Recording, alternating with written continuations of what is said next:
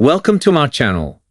Stay tuned to our channel for sports and entertainment news all the time. Please subscribe the channel. Caitlin Clark and Simone Biles called out by rally gains over silence on transgender athletes in women's sports. Caitlin Clark and Simone Biles have been urged by rally gains to join her in advocating against the inclusion of transgender women in women's sports. Gaines, a former college swimmer, has been extremely vocal about the issue since University of Pennsylvania swimmer Lia Thomas set Ncaa women's records as a transgender woman. And Gaines wants Caitlin Clark and Simone Biles to use their massive platforms and speak out against trans women in women's sports.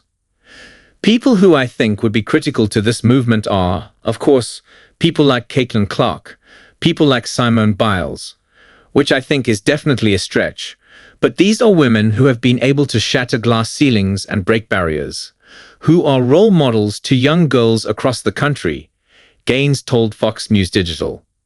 To have them emphatically say they trans athletes do not belong in women's sports the issue would be solved across all levels, like yesterday, if they were willing to do this. Thomas' inclusion on UPenn's women's swimming team caused national controversy, while, more recently, Sandusky State University's women's volleyball team competed with a trans player, Blair Fleming, on the roster. Gaines filed a lawsuit against the Ncaa, claiming that STUSU's volleyball coaches and college administrators withheld information about Fleming's birth sex. Fleming's teammate, Brooke Slusser, along with 10 other current or former Mountain West players, and STUSU associate head coach Melissa Beatty-Smoose, later filed a lawsuit against STUSU's head coach, the college, and the Mountain West Conference. That lawsuit asked for Fleming to be declared ineligible for the Mountain West Conference tournament, STUSU's wins to be vacated, and the team to be deemed ineligible for the conference tournament. In December, Ncaa President Charlie Baker told the Senate committee that there were fewer than 10 trans athletes competing collegiately whom he was aware of.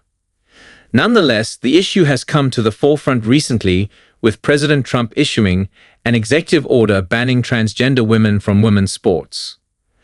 A transgender high school basketball player had recently been suiting up in Northern California and even scored 29 points for her team in one win.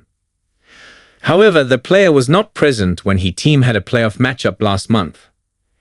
Gaines is an ambassador for brand Ncaa Athletics, which advocates against the inclusion of transgender women in women's sports.